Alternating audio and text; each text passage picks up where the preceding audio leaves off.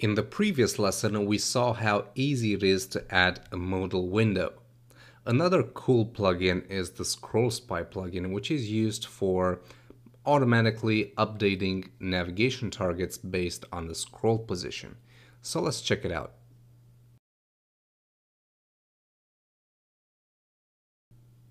Here's a typical page with some content that's divided in several sections.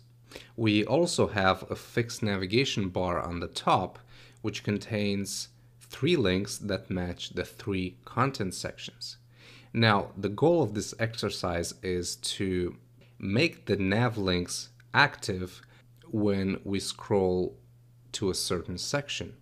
So for example, if I scroll down to section 2, the section 2 link should become active.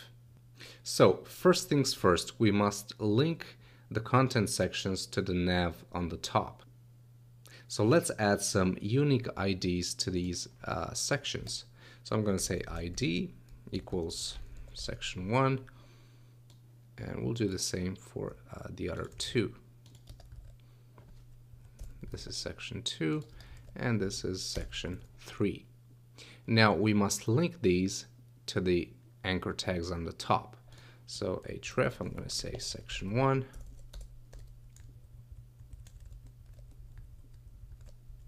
section 2, and 3.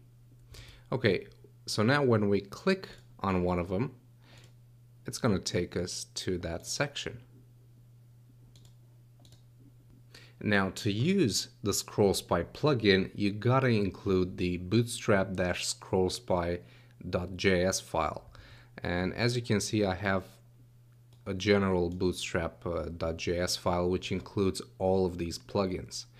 But if you're working on your own demo, make sure you include that file.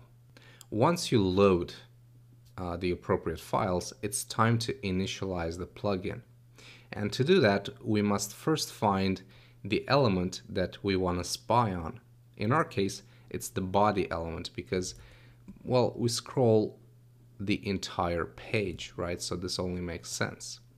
So go here and we're going to add the following attributes. Data spy will be equals to scroll, and also data target will be equal to navbar, which is this class right here. So we're targeting the navbar that we want to use for, altering those link states. And also you got to make sure the navigation you want to use has the nav class, just like here. Otherwise, it's not going to work. All right, so that's it basically. Let's have a look. Section 1. Yeah, if you scroll down to section 2, it will update automatically. Okay, really, really easy.